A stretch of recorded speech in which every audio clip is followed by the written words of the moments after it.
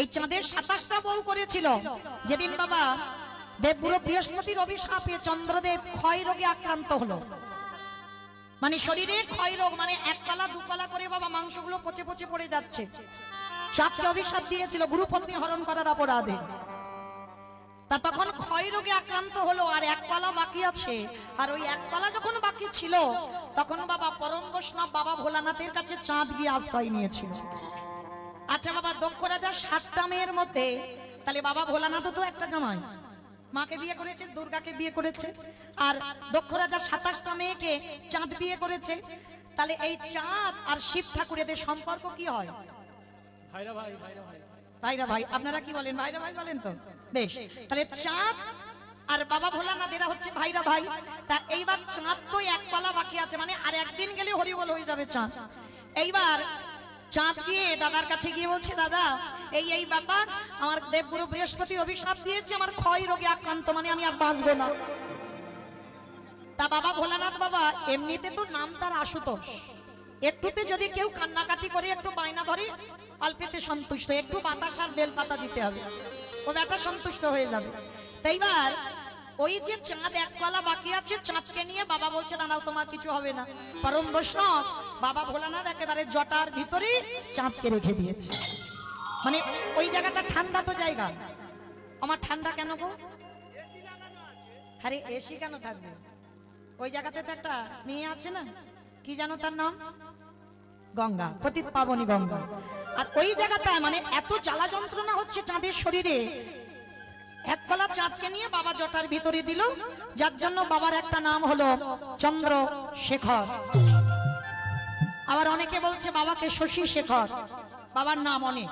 তা এই যে চাঁদকে রেখে দিল এক কলা, আর নামাতে কিন্তু পারবে না, কারণ যদি নামিয়ে দেয় তাহলে চাঁদের মৃত্যু হয়ে যাবে। তাইবার 27টা মেয়ে তো জানে স্বামী বেঁচে নেই, কেঁদে কেঁদে একেবারে বাবা ভোলানাথের কাছে এসেছে, জামাই বাবু হয় তো জামাই বাবুর এসে পা দুটো জড়িয়ে ধরে 27 জন কাঁদছে।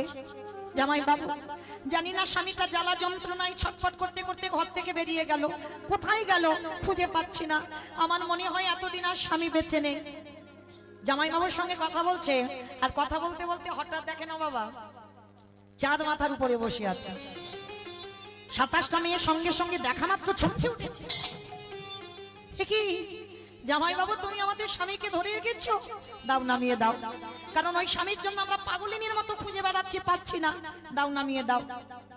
বাবা ভোলানাথ বলছে, দেখো শালি, তোমরা 27 জন যদি আমার প্রাণটা নিতে চাও আমি এক্ষুনি দিয়ে দেব, তোমরা 27 জন যদি আমার কৈলাসটাকে চাও আমি এক্ষুনি দিয়ে দেব, কিন্তু অসম্ভব, আমি চাঁদকে নামাতে পারবো না। জামাই বাবু তার মানে কি আমরা 27 জন একাকী কাটাবো, আর কোনোদিন স্বামীকে ফিরে পাবো না? পাবে, বৈকুণ্ঠপতি নারায়ণ এসে আদেশ দিল, পাবে পাবে, তোমাদের স্বামীকে আবার পাবে। কি করতে হবে? চলে যাও তোমরা প্রভাস তীর্থে। ওই প্রভাস তীর্থে গিয়ে দ্বিতীয় দিন যাবে, তৃতীয় দিন জলটা তুলবে, আর চতুর্দশীর দিন তোমরা 27 জন এসে আমার বাবার ওই জটা চাঁদ যেখানে আছে ওই চাঁদের মাথায়, মানে বাবার মাথায়তে জলটা দাও। আর যখন তোমরা প্রভাস তীর্থ থেকে জল এনে ঢালবে, তার পরের দিন থেকে 1 কলা 2 কলা 3 কলা হতে হতে আবার চাঁদ পরিপূর্ণ হবে, আবার তোমরা ফিরে পাবে। আবার 15 দিনের মধ্যে আবার চাঁদ ক্ষয়ে যাবে, ওই 1 কলা চাঁদ পরম বৈষ্ণব বাবার মাথায় রয়ে গেল। ওই জন্য স্বামীর ক্ষয় রোগ থেকে বাঁচাবার জন্য সেই দিনটা ছিল চতুর্দশীর দিন। দক্ষ রাজার 27টা মেয়ে স্বামীর প্রাণ ফিরে পাওয়ার জন্য এই দিন 27 জন মেয়ে প্রথম ব্রত পালন করেছিল। আর সেই দিনটাকে আপনারা আমরা সবাই বলি কি স্বামীর মঙ্গলের জন্য ব্রত, কিন্তু না, চাঁদের নয় ক্ষয় রোগ হয়েছিল, আমাদের স্বামীদের কি ক্ষয় রোগ হয়েছে? তাহলে স্বামীদের জন্য ব্রত নয়, তাহলে কিসের জন্য ব্রত? ভালো করে শুনে নাও মা, ব্রত হচ্ছে একটাই কারণ, সরাসরি তো আমরা ভগবানের কাছে যেতে পারবো না, অত সৌভাগ্য অর্জন করিনি, আগে ভক্ত চরণ ধরতে হবে। আর যদি তাড়াতাড়ি তুমি ভক্ত কৃপা পেয়ে যাও, খুব তাড়াতাড়ি তুমি বৈকুণ্ঠগামী হবে।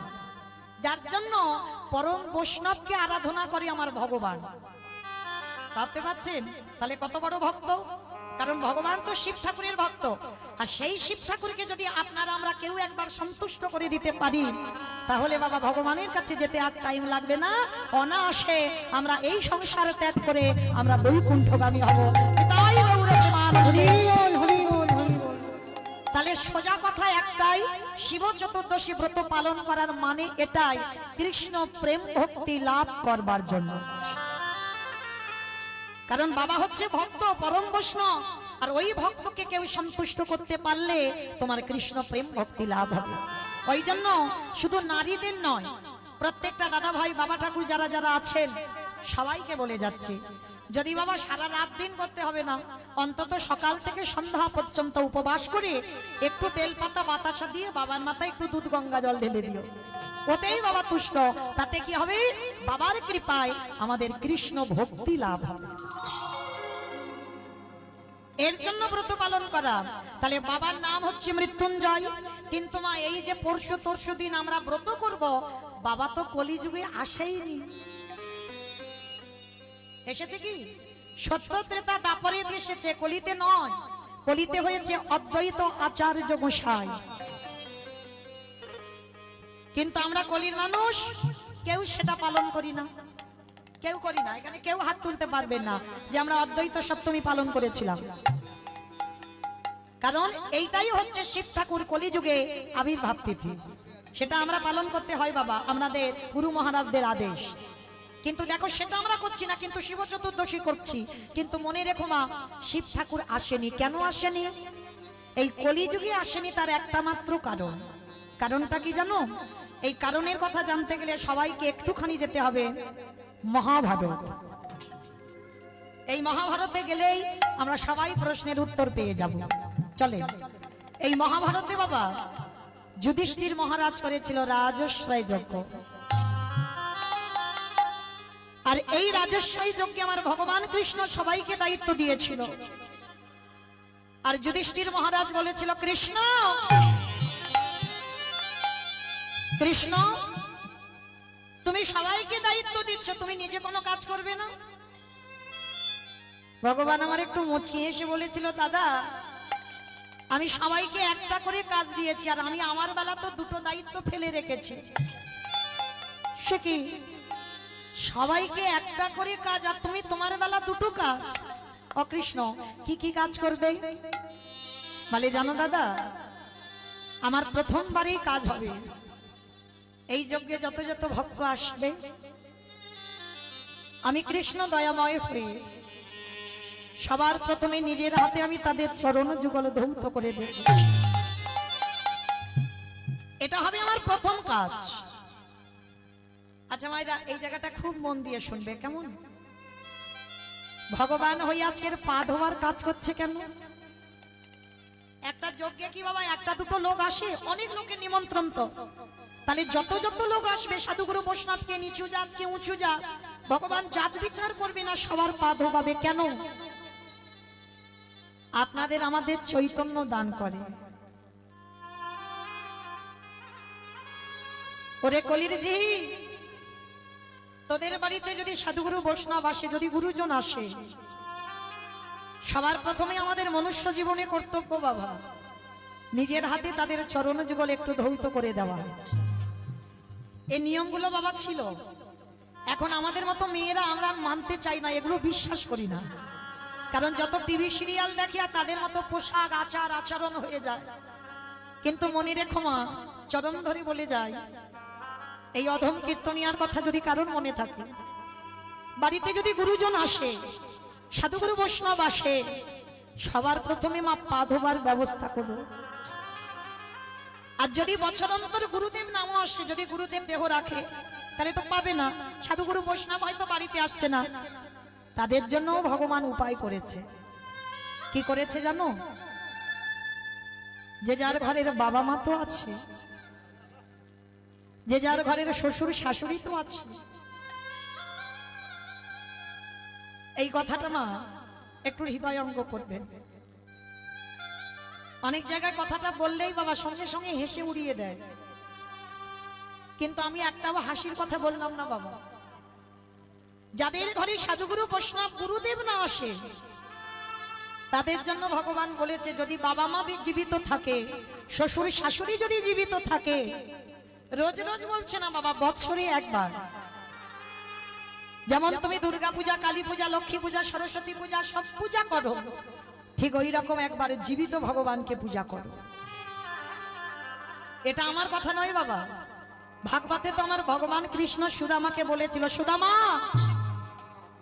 এই পৃথিবীতে সব থেকে বড় গুরু হলো যে যার ঘরের বাবা মা, তারপরে গুরু হলো শিক্ষা গুরু, দীক্ষা গুরু, তারপরে গুরু হলাম আমি ভগবান। কই বাবা, ভগবান তো একবারও বলেনি সবার আগে আমি বড় গুরু। ভগবান বাবা মাকে জায়গা দিয়েছে।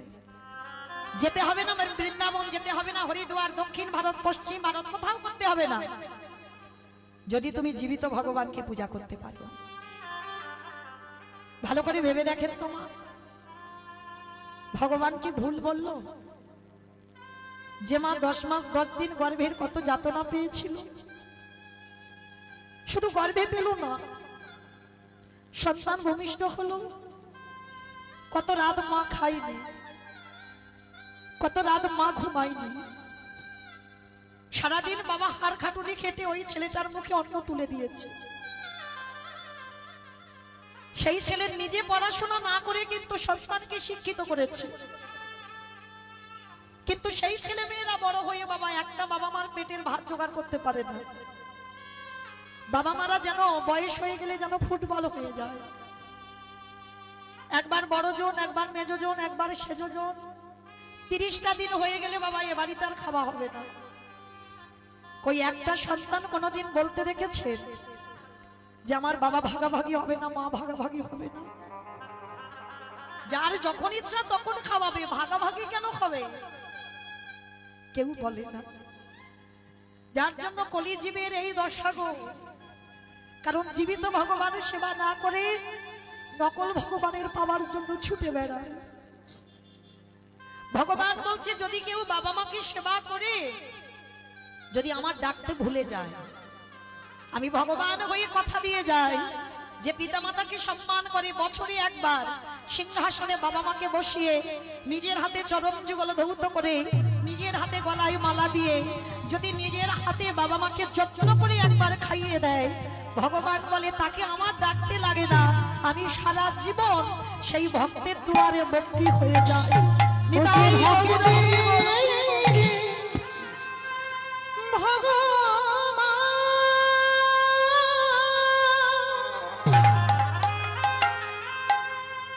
ভঙ্কিত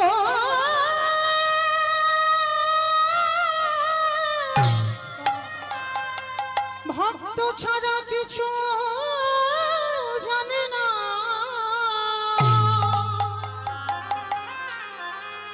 তাই তো যুগে যুগে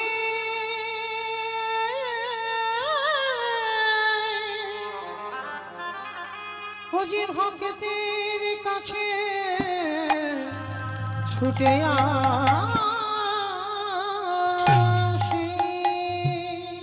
তাই সবার চরণে আমার নিবেদন, যাদের বাবা মা আছে, যারা হারিয়ে ফেলেছো বাবা, মৃত্যু পর্যন্ত কাঁদলে তো পাবে না, যাদের আছে একটু যত্ন করে আঁকলে রেখে দিও, খুব মূল্যবান সম্পদ গো, যদি একবার হারিয়ে যায় আর এ জীবনে কোনোদিন আমরা ফিরে পাবো না। তাই তো ভগবান কৃষ্ণ রাজস্বী যজ্ঞে সমাজকে শিক্ষা দিল। এই মহাভারত বলো বাবা, রামায়ণ বলো, সবটাই কিন্তু সমাজ শিক্ষা। জগতে আমাদের শিক্ষা দেওয়ার জন্য মহাভারত। তাহলে ভগবান রাজস্বী যজ্ঞে ভক্তদের চরণ যুগল ধৌত করে সমাজকে শিখিয়ে দিল, আমি ভগবান হয়ে যে কাজ করছি আমাকে দেখে শিখে নে, তোরাও এই কর্ম কর। ভগবান শুধু পা ধোয়ালো না যজ্ঞে, আরো একটা কাজ করেছিল। কি কাজ জানো মা? যত যত ভক্ত এসে প্রসাদ পেয়েছিল, কৃষ্ণ দয়াময় ওই প্রসাদের পাতাগুলো নিজের হাতে নিয়ে নর্দমায় ফেলেছিল। শুধু নর্দমাই নয়, ওর ভিতরে আরো একটা কাজ করেছিল। ওই যত যত ভক্ত প্রসাদ পেয়েছিল না, পাতাতে এঁঠোগুলো লেগেছিল, আর কৃষ্ণ দয়াময় ওই ভক্তের এঁঠোগুলো নিয়ে আজকে সারা গায়ে মাখছে। যুধিষ্ঠির আড়াল থেকে দেখতে পেয়েছে, কৃষ্ণ কৃষ্ণ এটা তুমি কি করছো? কে কোন জাতের মানুষ, ওদের পা ধোয়াচ্ছে এটা ঠিক আছে, ওদের এঁটো পাতাগুলো নর্দমায় ফেলছো এটা ঠিক আছে, কিন্তু কৃষ্ণ তুমি ওদের এঁটোগুলো নিয়ে সারা গায়ে মাখছো কেন তোমার? ভগবান মৃদু হেসে বললেন, দাদা গো, এই জগতে সবাই তো পাপে করে, সবার পাপের বিচার আমি কৃষ্ণ দয়াময় করি। ও ভাইরা, আপনারা আমরা যদি পাপ করি ভগবান বিচার করে, বিধান দেয়। আচ্ছা বলো, তোমার যে বিচারক হয় সে যদি পাপ করে, বলো বলো তার পাপের বিচার বলো করিবে কে গো? ওগো সবার বিচার হরিবল।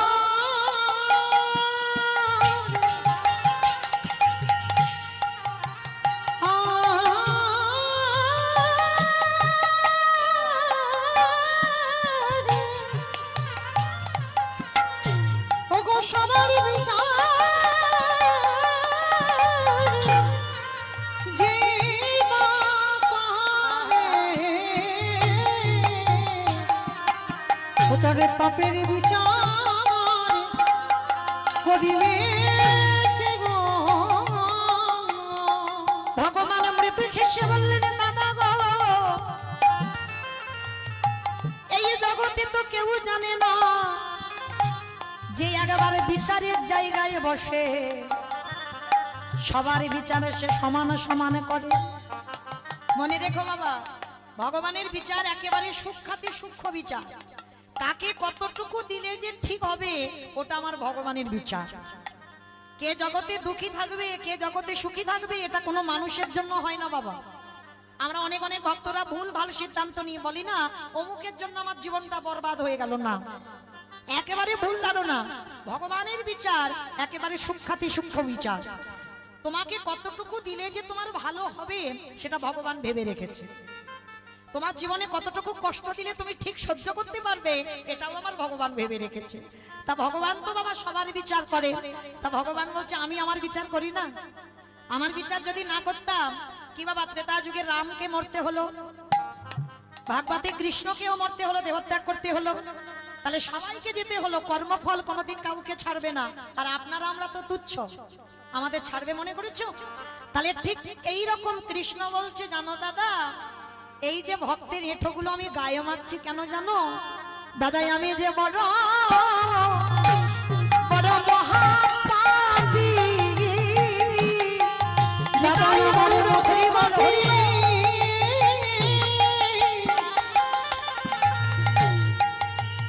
জগতে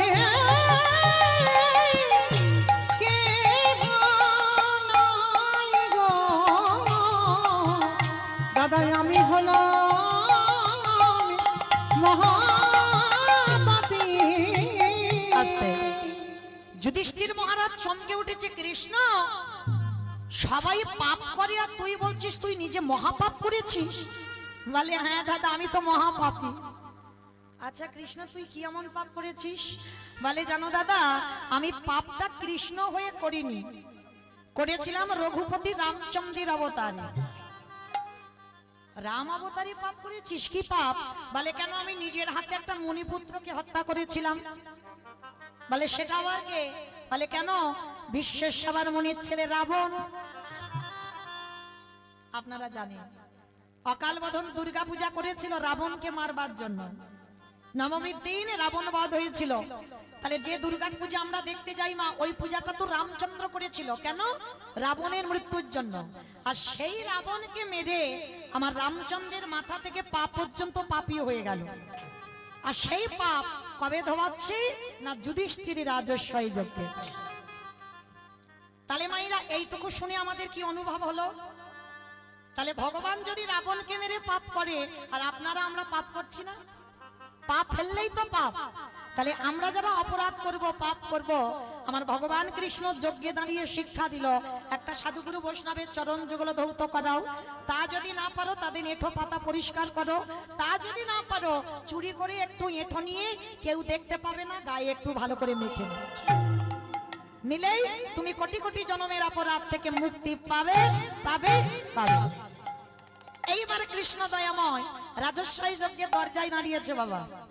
অগ্নিদেব, পবনদেব, বরুণদেব, ইন্দ্র, ইন্দ্রাণী, ব্রহ্মা, সাবিত্রী, শিব, দুর্গা সব পরপর লাইনে আছে। আর একে একে ডাকে কৃষ্ণ পা ধোয়ায় আর যজ্ঞের ভিতরে প্রবেশ করে। এমন সময় জগৎজননী মা দুর্গা আমার বাবা ভোলানাথকে ডাকছে, প্রাণনাথ এদিকে এসো, এদিকে এসো। আমায় ডাকছিলে? হ্যাঁ তোমায় ডেকেছি, চলো এবার আমাদের পালা পড়েছে, এবার কৃষ্ণ পা ধোয়াবে, চলো পা দুটো একটু ধুইয়ে নি। বাবা ভোলানাথ মাথায় হাত দিয়ে দুম করে ওখানে বসে পড়েছে। বলে পার্বতী তোমার কি মাথার গন্ডগোল হলো? হ্যাঁ, ওকে আর আমি কে তুমি ভুলে যাচ্ছ? হ্যাঁ, আর আমার পা দুটো বাড়িয়ে দেবো আর কৃষ্ণ পা ধোয়াবে? শোনো, তোমার ইচ্ছা হয় তো তুমি ধোয়াও, কিন্তু আমার পা আমার কৃষ্ণ ধোয়াতে পারবে না। এইবার মা দুর্গাকে লাইনে দাঁড় করিয়ে রেখে বাবা আমার বেলাইনে চলে গেছে আড়ালে। আর আড়ালে গিয়ে মনে মনে চিন্তা করছে কৃষ্ণের চোখে ধুলো দিয়ে যজ্ঞে ঢুকবো। আমার সম্ভব? মানুষ মানুষের সঙ্গে চালাকি হয়, মানুষ মানুষকে ঠকাতে পারে। আর যে ছেলেটা বাঁশি বাজাচ্ছে হয় কি গো, এই যে আমি কীর্তন গাইছি বাবা, দেখতে মোটামুটি সবাইকে পাচ্ছি, কিন্তু আমার চোখে ধুলো দেওয়া যায় সোজা। কিন্তু কে কীর্তন শুনছে, কে শুনছে না, কে গল্প করছে, কে হেসে যাচ্ছে, কে কেঁদে যাচ্ছে, আবার কে বসে বসে, আমি কিচ্ছু দেখতে পাচ্ছি না। কিন্তু যে বাঁকা করে বাঁকা হাতে, খাতা কলমে তো হিসাব করে পৌঁছে দেবে সময় মতো বাড়ি। এইবার লক্ষ্য করে দেখেন বাবা, ভগবান কি করেছে, নিচু হয়ে পা ধোবাচ্ছে সবাই ঘটিতে করে জল দিয়ে। আমার দাঁড়িয়ে দাঁড়িয়ে কি পা ধোয়ানো যায়? পা ধোয়াতে গেলে যা পা ধোয়াবো সে ছোট জাত হলেও মাথাটা নিচু করতে হবে। কৃষ্ণ একবার করে পা ধোয়াচ্ছে আর পায়ের মাঝখানটা ফাঁকা মতো দেখেছে। আর ভোলানাথ আড়ালে গিয়ে মনে মনে ভাবছে, দাঁড়াও বেটার ওই পায়ের তলা থেকে গলে আমি ভিতরে চলে যাব। মানে যজ্ঞর দরজাটা এমন করেছে কোথাও থেকে যাওয়া যাবে না। আর বাবা আড়ালে গিয়ে দুম করে একটা কুকুর হয়ে। কেন কুকুর হলো? বাবা জগতে যত পশু পাখি আছে কুকুর হচ্ছে সব থেকে প্রভু ভক্ত। তাই আড়ালে গিয়ে কুকুর হয়েছে, মানে মনে চিন্তা করছে কৃষ্ণের চোখে ধুলো দিতে হবে, কিন্তু কি করে ধুলো দেব? দাঁড়াও। আর ভগবান মুচকি মুচকি হাসতে দেখেছো? এই বেটার পা ধোয়াবো বলে আমি সেই রাম অবতার থেকে আমি পাপী হয়ে আছি, রাবণকে হত্যা করে। কৃষ্ণ অবতারে কোন রকমে বৈষ্ণবের পা ধোয়ালে আমার খণ্ডন হবে, আর এ বেটা আমার চোখে ধুলো দেবে বলে আজকে কুকুর হয়েছে। বলে দেখাচ্ছি মজা, দাঁড়াও। এইবার ভগবান ইচ্ছা করে অন্যমনস্ক হয়ে গেছে। আর এই যে পা ধোয়াচ্ছে, পায়ের মাঝখানটা যেই না ফাঁকা মতো দেখেছে, আমার ভোলানাথ কুকুর রূপটা ধরে ভগবানের সঙ্গে চালাকি করবে বলে সবে মাত্র মাথাটাকে, আর যেই না মাথাটা দেওয়া, ভগবান দুটো হাঁটু নিয়ে কুকুরের কানের কাছে চেপে। এইবার দেখ কেমন লাগে। এইবার যত কানের কাছে চেপে দেবে, কুকুর কি করবে? কেউ কেউ করবে না, বারবার বলছে কৃষ্ণ ছেড়ে দে, কৃষ্ণ ছেড়ে দে, কৃষ্ণ ছেড়ে। বলে ছাড়বো বলে ধরি নাই। হে বৈষ্ণবী গোসাই, ও হে বৈষ্ণবী গোসাই, তোমার মতো বৈষ্ণবীর দুটো চরণ ধোয়ালে বোধহয় আমার কম হতো, তাই তো কৃপা করে তুমি আমার জন্য আরো এক্সট্রা দুটো জুড়ে দিয়েছো। আমা বুঝেছো? শিব ঠাকুরের কটা পা? দুটো পা। আর কুকুরের কটা পা? চারটে। ভগবান বললে হে বৈষ্ণব, তোমার মতো বৈষ্ণবীর দুটো পা ধোয়ালে আমার জীবনে কম হবে, ওই জন্য তো তুমি কৃপা করে আমার জন্য আরো এক্সট্রা দুটো জুড়েছো। এবারে দাহু দাহু শরণ তুমি বগাইয়ে দাও।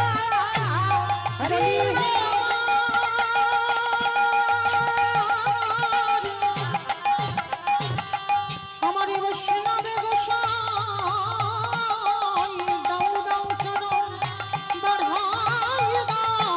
বলি আরে তো চরণ ছাড়িব না খেয়ে, দাও দাও চরণ বাড়াই দাও। বলি আরে তো চরণ ছাড়িব না, বলি দাও দাও চরণ বাড়াই বলি দাও। এই প্রতিকাত দিয়ে গেলাম, বলি আর তো চরণ ছাড়ব না হে, এবারে দাও দাও চরণ বাড়াই দাও। আস্তে। এইবার মোটা দড়ি নিয়ে ভগবান কুকুরটাকে বেঁধেছে। ও বাবা, রাজস্বাই যজ্ঞ সবাই দেখছে কুকুরকে নিয়ে কৃষ্ণ মেতেছে, কিন্তু কুকুরটা যে কে সেটা তো জানে না কেউ। এইবার আস্তে পিস্তে দড়ি দিয়ে বেঁধেছে। বাঁধলে কি হবে? কুকুরের চারটে পা তো ছটফট করছে। ভগবান বলে দাঁড়া, এবার পায়ের ব্যবস্থা করতে হবে। মোটা দড়ি নিয়ে কুকুরের চারটে পা এক জায়গায় বেঁধে দিয়েছে। আর এক জায়গায় বেঁধে দিয়ে কি করেছে জানো? যেই না পা চারটে বেঁধে দিল, আর কুকুর কিছু করতে পারবে? শুধু নয়ন জলে বুক ভাসিয়ে কাঁদে, আরে বলে কৃষ্ণ আরে হরে কৃষ্ণ রে, তব চরণে বড় অপরাধ আমি করে গেলাম। কৃষ্ণ, আজকে না আমার পা চারটে বেঁধে দিলি, এবার কি করবি? বলে দেখ না কি করি। সবার পা ধোয়াচ্ছে মা ঘটিতে করে জল দিয়ে। আর ভগবান পর্যন্ত বাবা বৈষ্ণবকে কোথায় রেখেছে দেখেন।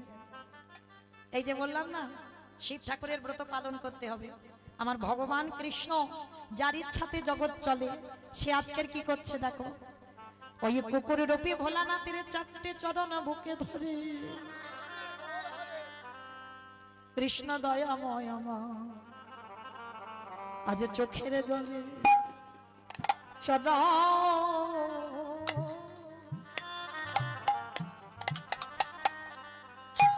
চরণ ধবা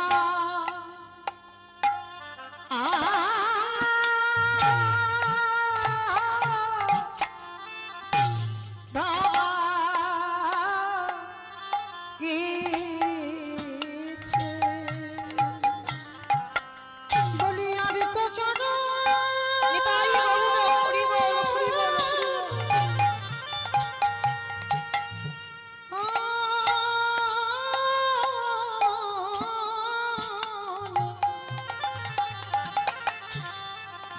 বলি আর তো চরণ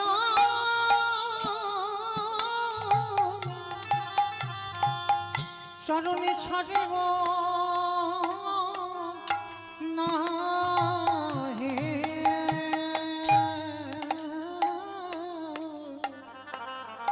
আজ চোখের জলে চরণ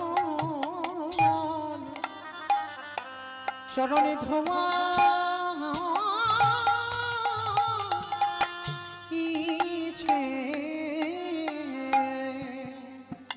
বাবা ভোলানাথ কুকুর হয়ে কাঁদছে আর বলছে কৃষ্ণ তুই এটা কি করলি? তোর চোখের জল আমার মতো কুকুরের পায়ে দিলি, আমি কত অপরাধ করে ফেললাম বল। তবে কৃষ্ণ রে, এই যে তোর চোখের জল আমার চরণে পড়ল, আমি তোর চরণ ছুঁয়ে প্রতিজ্ঞা করিলাম আগত কলিযুগে কোনোদিন আমি আর শিব হব না। কি গো মা, যেখান থেকে গিয়েছিলাম আবার ফিরে এলাম ঘুরে ফিরে। প্রশ্নটা কি করেছিলাম? সত্যতে শিব, ত্রেতাতে শিব, দ্বাপরে শিব, কলিতে শিব নয়। কেন নয়?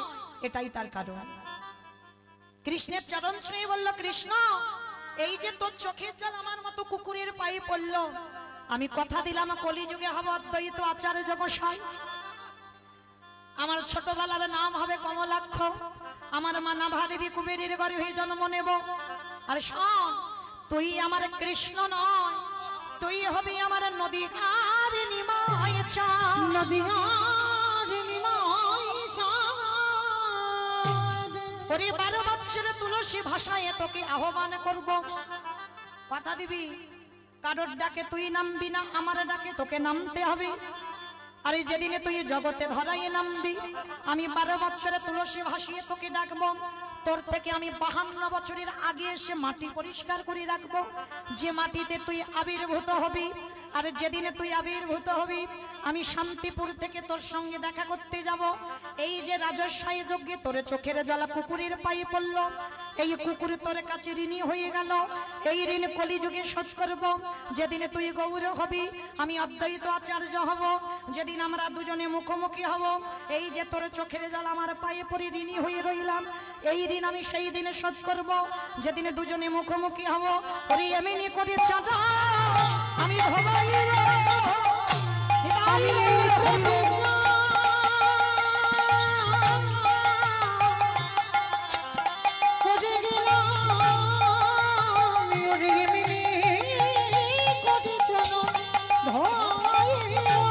বলি কেটে ঋণ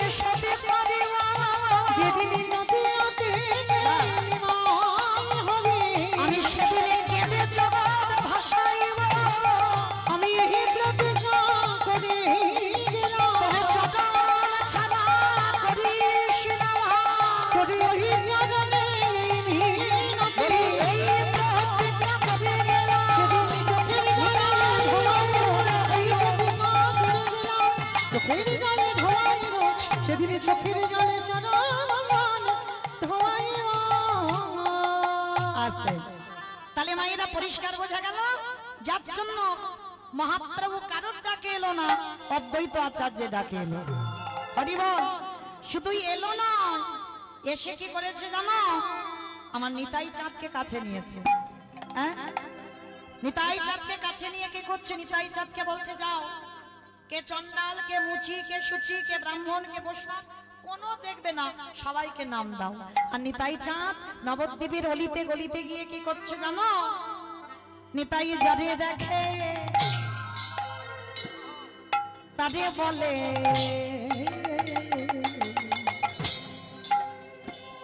দন্তে তৃণধরি ধরি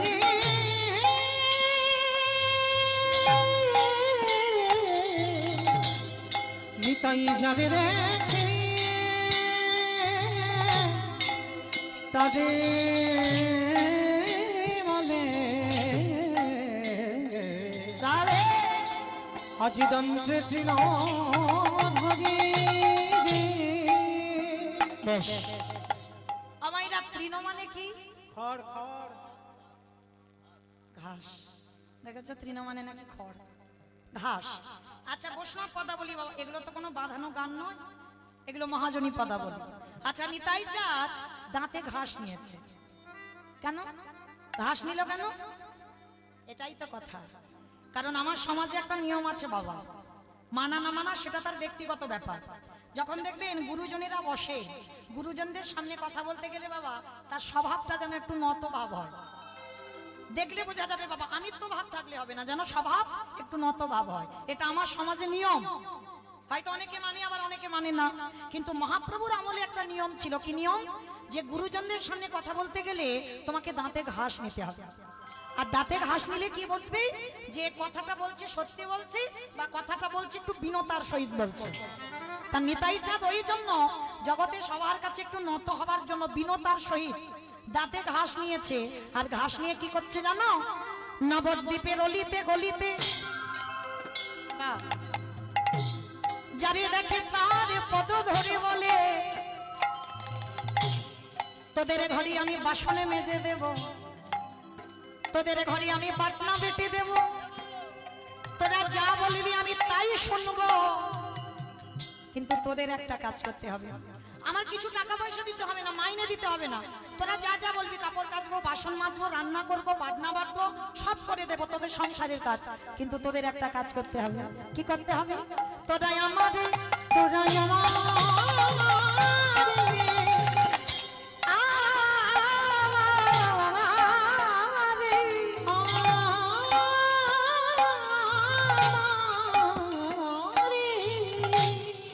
আজ কিনে গেলা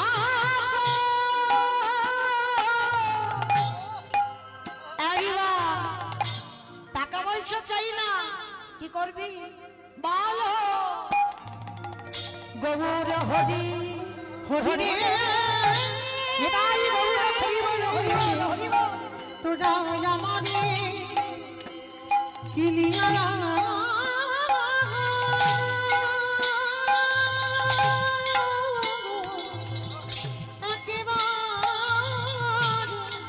বলো হরি হরি রে। আস্তে আমা, এই জায়গাটার নাম কি? ঝিলু। ঝিলু, তাই তো? আচ্ছা মা, নিতাই চাঁদ মাথায় হরিনামের ডালাটা নিয়ে এই ঝিলুতে এসেছে। এসে কি করছে জানো? পাহি কাঁদে পাহি করে পাহি কাঁদে। পাহি করে ভালো করে বুঝবে, এটা হচ্ছে কীর্তন। আর এখানে দাঁড়িয়ে যদি ঠিক ঠিক গাবার মতো গাওয়া যায়, এখানে দাঁড়িয়েও কৃপা হয়। তাহলে হচ্ছে না কেন?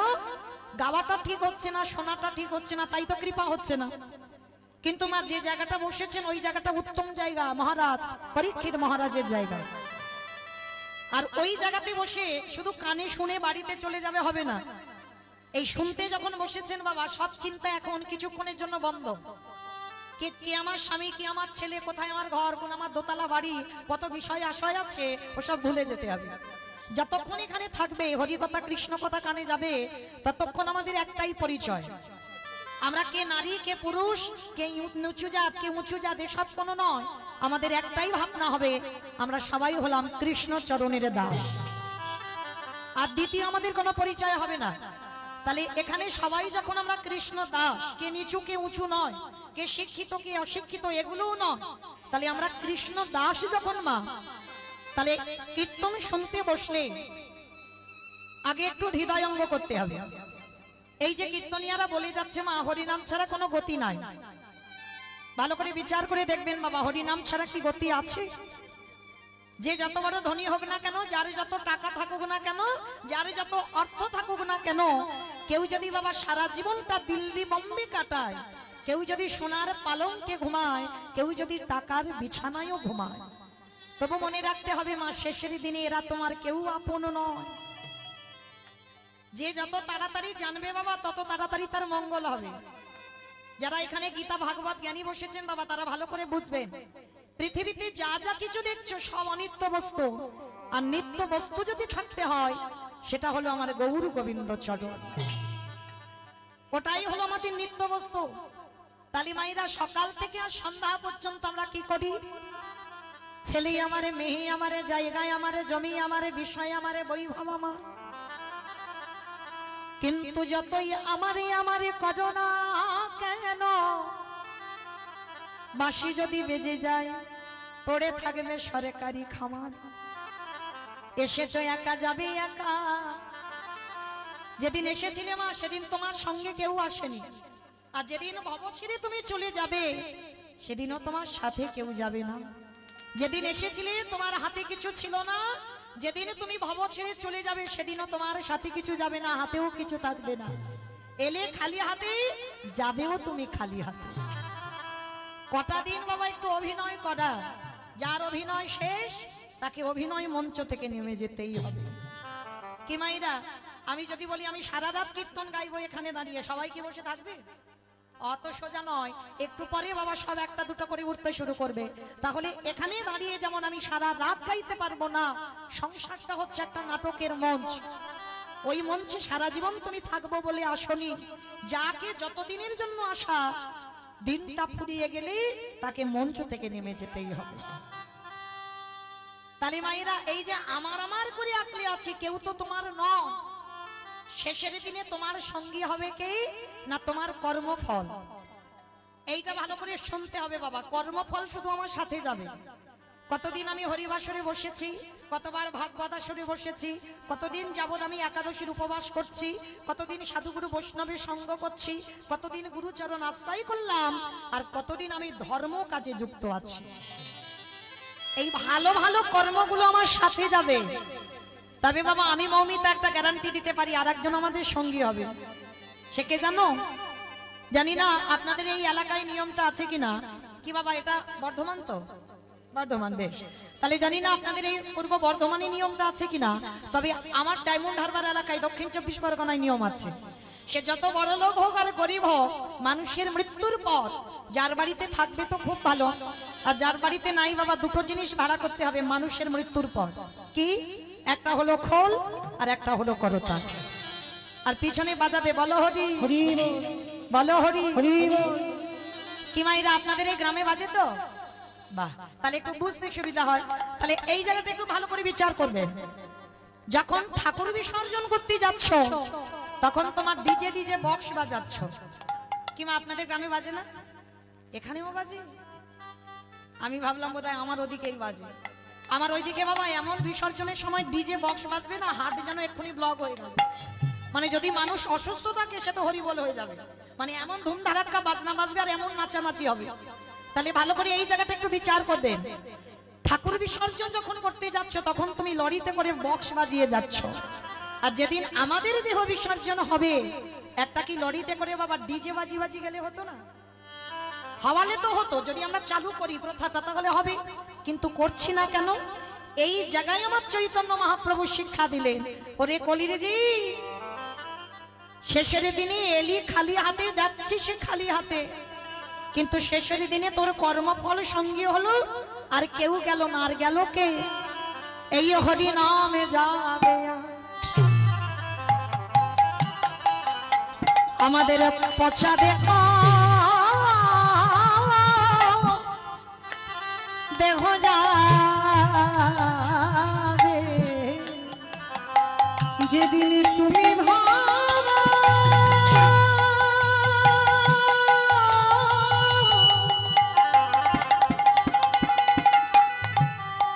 হরি বল হরি বল। যেদিন তুমি ভাবো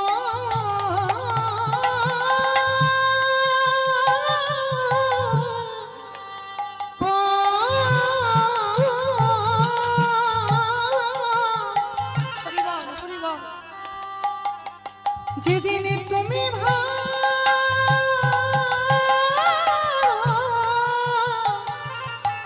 রাধে ওই ভাব পানে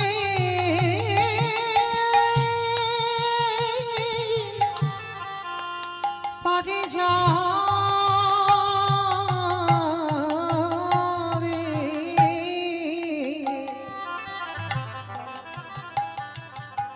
ওরে শহীদি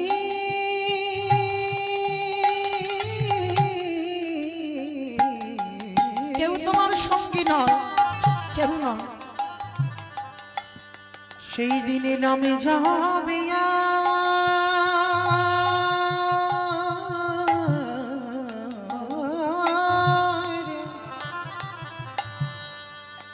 আমাদের পচা দেহ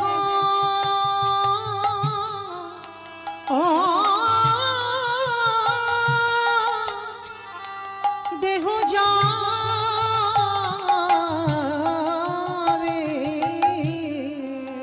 ও ভাই তোমার সঙ্গের সাথী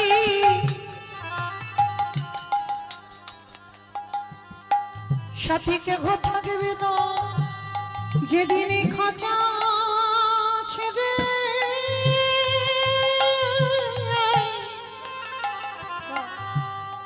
এই প্রাণ পাখি চলে যাবে আমাদের কারোর কৃষ্ণ ভজ ভজন হলো না ভাই। আমরা যেমিনি এলাম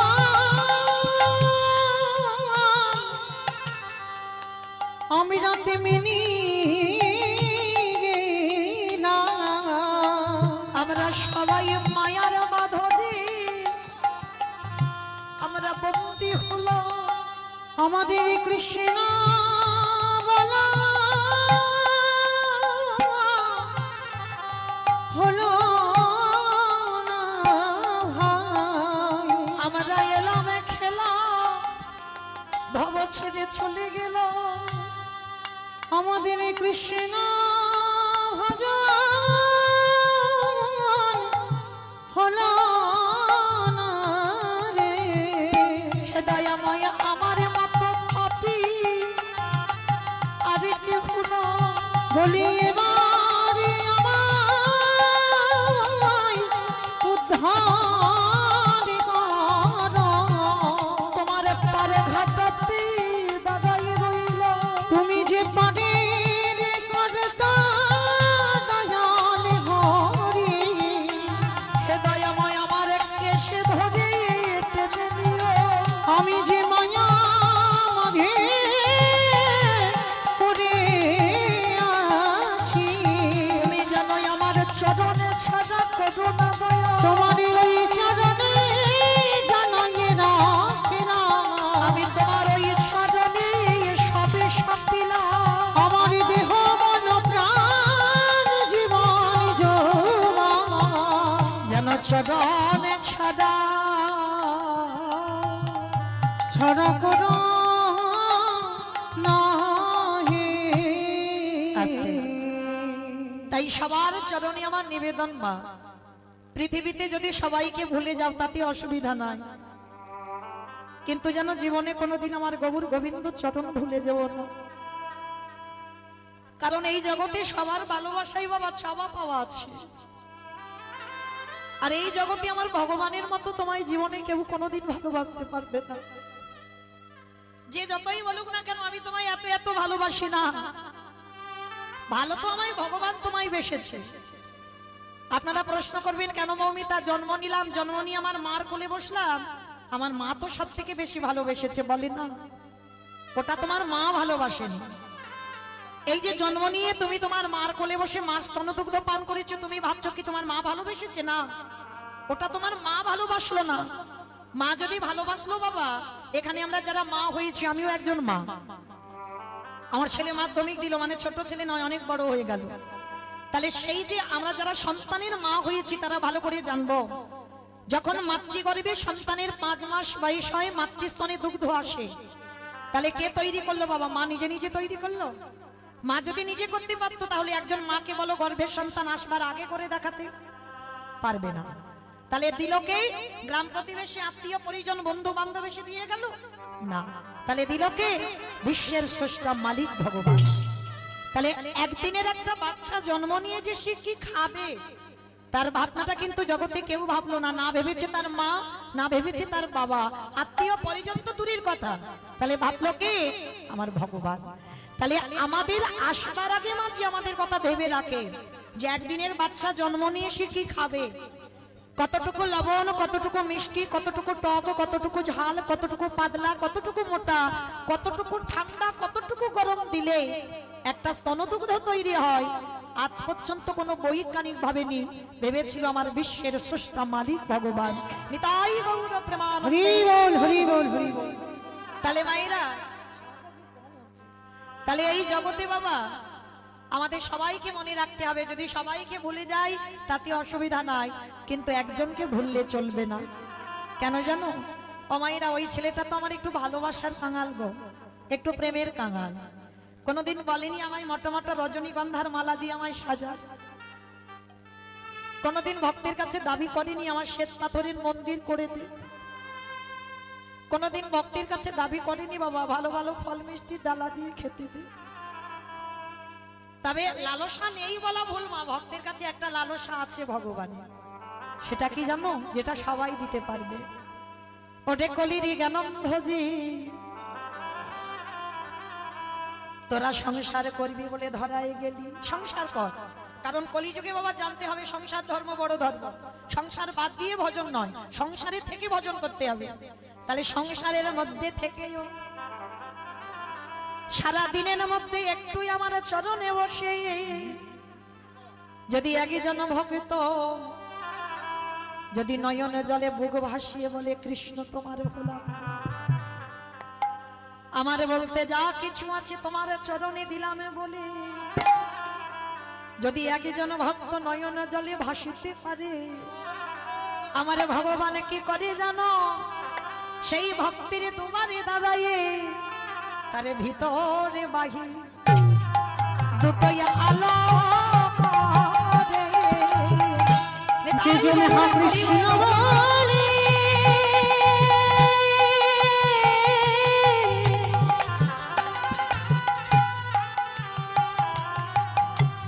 যেজনে কৃষ্ণ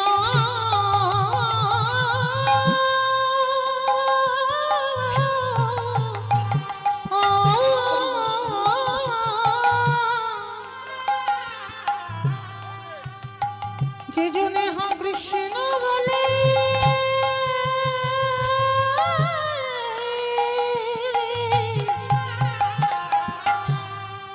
একেবারে নয়নে জলে ডাকিতে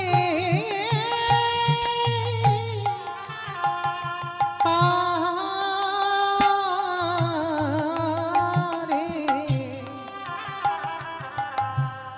তরে ভিতরে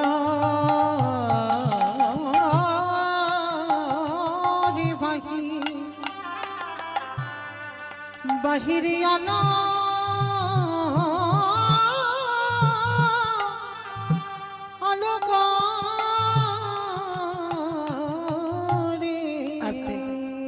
মনে রেখো মা একটা কথা, বাহ্যিক জগতে যদি টাকা পয়সা ঘর বাড়ি হয় তোমার দেহের সুখ হবে। ভালো বাড়ি বানিয়েছো, ভালো আরামে থাকছো, টাকা জমিয়েছো, ভালো বাজার হাট করে খাচ্ছো, দামি দামি পোশাক পরছো, এটা তোমার দেহের সুখ হবে। কিন্তু বাবা পরমাত্মা রূপী ভগবানকে সুখ দিতে গেলে কি করতে হবে জানো? দেখবে বাবা নাচানাচি করার শ্রোতা অনেক পাওয়া যায়, হাসি ঠাট্টা তামাশা করবার শ্রোতা অনেক পাওয়া যায়, কিন্তু কৃষ্ণ বলে যদি তুমি একবার কাঁদতে পারো, কৃষ্ণ বলে যদি তুমি একবার নয়ন জলে ভাসতে পারো, সেটাই তো তোমার এই পরমাত্মা রূপী ভগবানের খাবার। এই যে বাচ্চাকে জগতে যেগুলো খাচ্ছে ওটা তোমার ভগবান খাচ্ছে না। ভগবান খাবে কি না, যদি কোনো ভক্ত কৃষ্ণ প্রেমে যদি পাগল হয়ে কাঁদে, নিতাই গৌর হরি বল। হরি বল হরি বল হরি বল। আর এই কান্নায় যে সুখ পাওয়া যায়, তুমি অন্য কোথাও কোনো দিন এত সুখ পাবে না, এত শান্তিও পাবে না, যে কৃষ্ণ নামে কাঁদতে পেরেছে। তো চলেন আজকের আমরা সবাই কীর্তনের প্রারম্ভে যে বাড়িতে আজকে এসেছেন আপনারা, যে বাড়িতে আমার মতো অধম কীর্তনিয়াকে নিমন্ত্রিত করে এনেছেন, আপনারা সবাই কৃপা করে ওদেরকে একটু আশীর্বাদ দিয়ে যাবেন। শুধু আজকের বলে নয়, মৃত্যুর আগের দিন পর্যন্ত যেন এইভাবে গৌর গোবিন্দ চরণে মতি থাকে। মায়েরা ভালো করে বিচার করে দেখেন তো কি প্রয়োজন ছিল এত টাকা পয়সা খরচা করে প্রতি বছর। আমি শুনলাম এই 6 বছর হচ্ছে, মানে এই বছরটা নিয়ে। তাহলে এই যে প্রতি বছর আমি কীর্তন করাবো কেন? তাতে লাভটা কি হবে? কি বাবা, কলির মানুষ তো লাভ ছাড়া চলে না। তাহলে কিসের লাভ হচ্ছে? এত এত গাদা গাদা টাকা খরচা করে এই যে মাই জেনারেটর প্যান্ডেল আমাদের মতো কীর্তনিয়া দেনে এনে ভক্ত সেবা দিয়ে, তাতে লাভটা কি হচ্ছে? লাভ তো আছে। লাভ যদি না থাকতো বাবা, আপনারা পাগলের মতো ছুটে আসতেন? কি গো মা, এখন তো মৌমিতার কীর্তন এখন মোবাইলে ঘরে ঘরে বিছানায় ঘুমিয়ে দেখতে পাবে। এই যারা এসেছে না ইউটিউব করতে, ওরা তো দুদিন পরেই ছাড়বে, তাহলে দেখতে পাবে। তাহলে কিসের জন্য এসেছে? এটাই কৃপা। কারণ যার হৃদয়ে প্রেম ভক্তি আছে বাবা, যদি কানে একবার চলে যায় যে অমুক জায়গায় কীর্তন হবে, 5 মিনিট হলেও বাবা সে হরিবাসরে আসবে। যদি 5 মিনিট হয় তবু আসবে। কেন? জানতে হবে ভক্তি আছে কীর্তনে, এটা আমার চৈতন্য মহাপ্রভুর দেওয়া দান। তো মাইরা, তাহলে এই যে এত টাকা খরচা করি, তাতে লাভটা কি হয়েছে জানো? শুনে নাও, গোলকে বসে আমার গোবিন্দ প্রতিজ্ঞাবদ্ধ, গোবিন্দের কাছে আমার রাধারানী বধূ, আগত কলিযুগে যদি আমার একজন ভক্ত হরিনাম যজ্ঞের জন্য কিছু অর্থ ব্যয় করে দেয়, সাধুগুরু বৈষ্ণব সেবার জন্য যদি কিছু অর্থ ব্যয় করে দেয়, তা আমার রাধারানী বলছে জানো বধূ, আমি আমার হৃদয় ভান্ডার থেকে কিছু ধন চুরি করে আমি তার ব্যাংকে দিয়ে আসি। আমাইরা কোন ধন? যে ধন চোরেরা চুরি করতে পারে না, যে ধন কোনদিন অপহরণ করা যায় না, যে ধন কোনদিন লুট করা যায় না। ও মা, এ আবার কোন ধনের কথা বলছে? যে ধনের নাম হলো কৃষ্ণ প্রেম ধন। ইগো, যদি অনুষ্ঠানের জন্য 2 লাখ টাকা খরচা হয়, আমার রাধারানী কিন্তু 4 লাখ টাকা ব্যাংকে দেবে না। তাহলে কোন ধন? যে ধন জগতে কেউ চুরি করতে পারবে না, যে ধন হচ্ছে কৃষ্ণ প্রেম ধন। আর এই কৃষ্ণ প্রেম ধন যদি তোমার একবার হৃদয়ে জেগে যায়, আরে বাচ্চিকে জগতের কিছু ভালো লাগবে না, বাচ্চিকে জগতের অর্থ প্রয়োজন হবে না। কারণ সে তো পারমার্থিক সম্পদ পেয়েছে, আর যে একবার পারমার্থিক ধন পেয়ে যায়, তার বাবা বাইরের আর কোনো ধন প্রয়োজন হয় না। তাহলে আপনারা সবাই আশীর্বাদ দিয়ে যাবেন এই পরিবারে যারা কীর্তন করাচ্ছেন, ওদের যেন কৃষ্ণ প্রেম ভক্তি সম্পদ লাভ করতে পারে। নিতাই গৌর প্রেমানন্দে হরি বল হরি বল হরি বল। তো চলেন মায়েরা, অনেকক্ষণ তো বাবা সব দিক দিয়ে আমাদের বাধা বিঘ্ন গেল। এবার চলো একটু সবাই সন্ধ্যাবেলায় আমরা যাবো শ্রীধাম নদিয়া নবদ্বীপ ধাম। কারণ নদিয়াতে না গেলে তো কীর্তন হবেই না, তাই না মা? অনেক অনেক অনেক অনেক ভক্তরা বলে বলে ওই ওই গৌরের কথা বাদ দিয়ে সরাসরি একটা লীলা করলে হয় না, বলে না, হবে না। কেন? চৈতন্য চরিতামৃত গ্রন্থে কবিরাজ গোস্বামী পাদ লিখেছেন, সংকীর্তন পিতা শ্রীকৃষ্ণ চৈতন্য, সংকীর্তন যজ্ঞে তারে যে ভজে সেই বড় ধন্য। তার কি বুঝলাম? কীর্তনের প্রারম্ভে আগে আমার 2টো ছেলেকে ডাকতে হবে, আমার নয়, এটা ভুল বললাম, আমাদের। আমার মানে আমার ব্যক্তিগত হচ্ছে, আমাদের মানে সবার। এক হলো আমার নিতাই চাঁদ, এক হলো আমার গৌর চাঁদ। আর ওই 2টো ছেলেকে আগে ডাকতে হবে, তারপরে কীর্তন হবে। কারণ ওরা দুজন যদি না আসতো বাবা, তাহলে কীর্তন আমরা কি জানতাম? কি জানতাম না তো। তাহলে যাদের জন্য চিনলাম কীর্তন বিষয়টা কি, তাহলে আগে তো তাদেরকে ডাকতে হবে। চলো নদিয়ায় গিয়ে দেখবো, সত্যতে নারায়ণ, ত্রেতাতে রাম, তারপরে কৃষ্ণ, কলিতে গৌরাঙ্গ। আর কৃষ্ণ যে কলিযুগে গৌর হলো, নদিয়ায় যেদিন এসেছিল, নদিয়ার ভাবটা কেমন ছিল জানো? আজ নদিয়া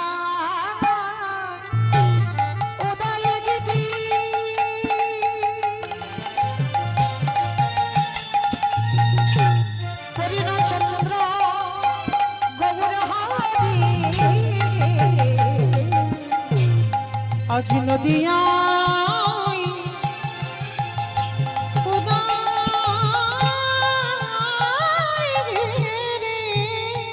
আস্তে আমার একটু কথা বলেনি। কীর্তন শুনতে গেলে শুধু চুপচাপ বসে বসে কীর্তন শোনা যায় না। কীর্তন শুনতে গেলে তোমার প্রভুর জন্য একটু কাজকর্ম করতে হবে। আবার আমাদের সন্ধ্যাবেলায় এটা আমার ভজনের সময়, তাই না? তাহলে চলো কীর্তন শুনতে গেলে কি কি করতে হবে আমাদের? সন্ধ্যাবেলা নাকি ঘুমাবে? একটু রাত ভারী হলে নয় বলতো। আমার ঘুমানো নয়, তিনটে ধ্বনি, একটা হচ্ছে উলুর ধ্বনি, শঙ্কর ধ্বনি, আর যাদের যাদের হাত আছে আর যারা বাড়িতে রেখে এসেছো বলবো না, যাদের হাত হরিবাসরে এসেছে। কি মায়েরা সবার হাত আছে বাবা? দাদা ভাই যাদের হাত আছে কই একবার দেখান। নিতাই গৌর প্রেমানন্দে হরি বল। আমার অন্ধকারে বসে হাত উঠছে না কেন? আমার নাম মৌমিতা ঘোষ, আমার পদে পদে দোষ, হাত তুলিয়ে তবে আমি বাড়ি যাব। তো চলো আজকে আমার সবাই কই মায়েরা একটু উলুর ধ্বনি দাও প্রেম সে। আজ নদী গা উদয় গীতি আমার গোলারে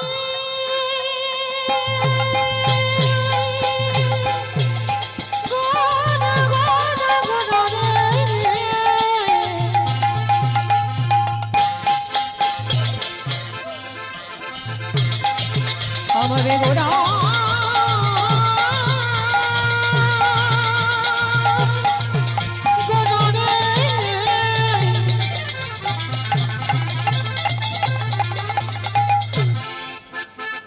ওই নদী আর ছাড়ে ঘোড়া ঘোড়া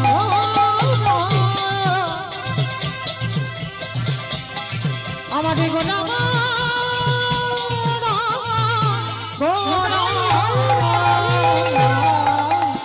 আজ নদিয়ায়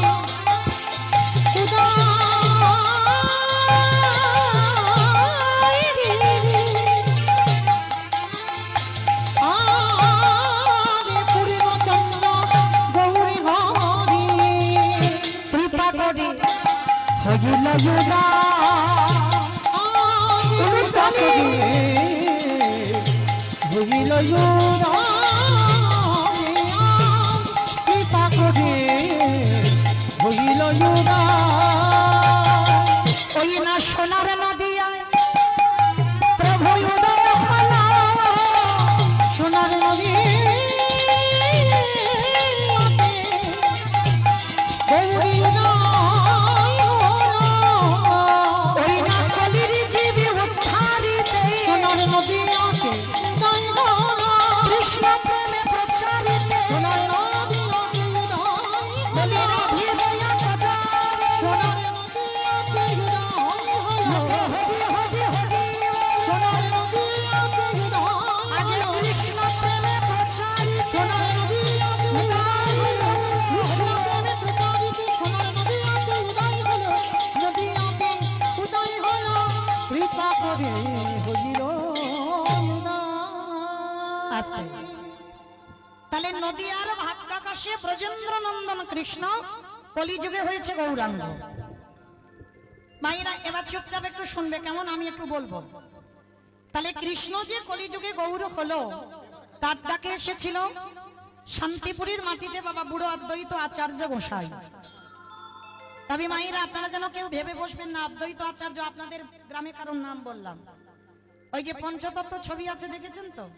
বাবা আমার মায়েদের বোঝানোর জন্য একটু পরিষ্কার করে বলতে হবে তবে বুঝতে পারবে। কারণ পড়াশোনার সময় কখন? ছেলে পুলে মানুষ করব, তাদের রান্না করব, গোয়াল পরিষ্কার করব, বাসন কোসন মাজবো না পড়বো।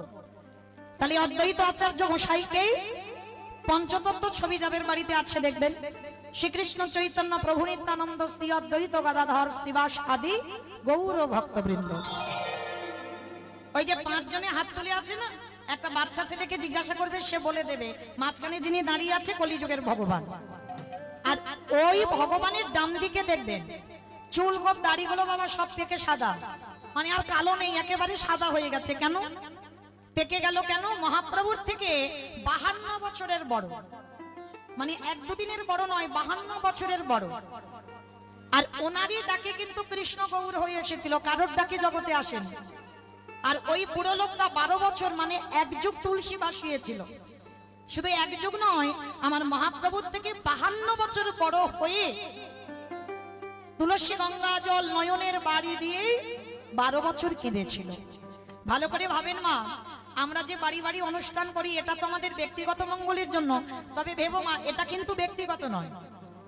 মনে হচ্ছে ব্যক্তিগত, ব্যক্তিগত যদি হতো বাবা ঘরের ভিতরে হতো, তাই না? তাহলে এই যে দশের মাঝে যত দূরে ধ্বনি যাচ্ছে, দূর দূরান্ত থেকে সাধুগুরু বৈষ্ণব ভক্তবৃন্দ যারা যারা এসেছেন সবার কিন্তু মঙ্গল। এই কীর্তন বিষয়টা এমন, তা এই চৈতন্য মহাপ্রভুকে ডেকে এনেছিল কেন না? অদ্বৈত আচার্য কেঁদে বলেছিল, প্রভু আমি পারবো না কলির জীবকে উদ্ধার করতে, তোমাকে আসতে হবে আর তুমি এসে সবাইকে উদ্ধার করো। কারণ বাবা দেখেন, নিজের জন্য কাঁদলো না, জগতের জন্য কাঁদলো, সবার জন্য কাঁদলো। তাহলে যে ব্যক্তিটা সবার জন্য কেঁদে আমার কৃষ্ণকে গৌর করে আনলো, সে ব্যক্তিটার মধ্যে বাবা কতটা ক্ষমতা থাকলে বাবা তবে 12 বছর পর আমার কৃষ্ণ গৌর হয়ে এলো।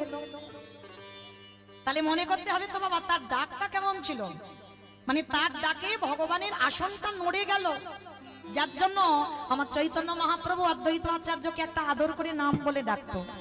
কি নাম জানো? নাড়া বলে ডাকতো। মহাপ্রভু অদ্বৈত আচার্যকে নাড়া বলে ডাকতো কেন? ওনারই ডাকে আসনটা নড়ে উঠেছিল, ওই জন্য নামটা দিয়েছিল নাড়া, মানে এটা ভালোবাসার নাম, আদরের নাম।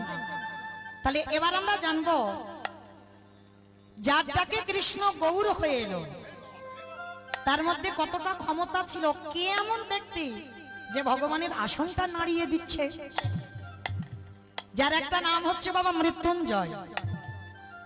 আমাইরা মৃত্যুঞ্জয় কোন ঠাকুরকে বলে গো? কালী ঠাকুর। কালী ঠাকুরকে? শিবকে? দেখাচ্ছ খিচুড়ি স্কুলে পড়েন, এখানে সবাই জানে মৃত্যুঞ্জয় শিবকে বলে, বাবাটা বলে নাকি কালী ঠাকুরকে। মানে শিব ঠাকুরকে বলা হয় মৃত্যুঞ্জয়। কেন মৃত্যুঞ্জয় বলা হলো? সত্য ত্রেতা দাপর, ভালো করে শুনবে মা, সত্য ত্রেতা দাপর এই 3 যুগে বাবার মরণ হয়নি। জগতে যত দেব দেবী আছে সবাইকে দেহত্যাগ করতে হয়েছে, এমনকি ভাগবত বলছে, এটা মৌমিতা বলছে না, ভাগবত বলছে 125 বছর বয়সে আমার কৃষ্ণকেও দেহত্যাগ করতে হলো। কিন্তু শুধু একজন দেহত্যাগ করেনি, তিনি হলেন পরম বৈষ্ণব বাবা ভোলানাথ।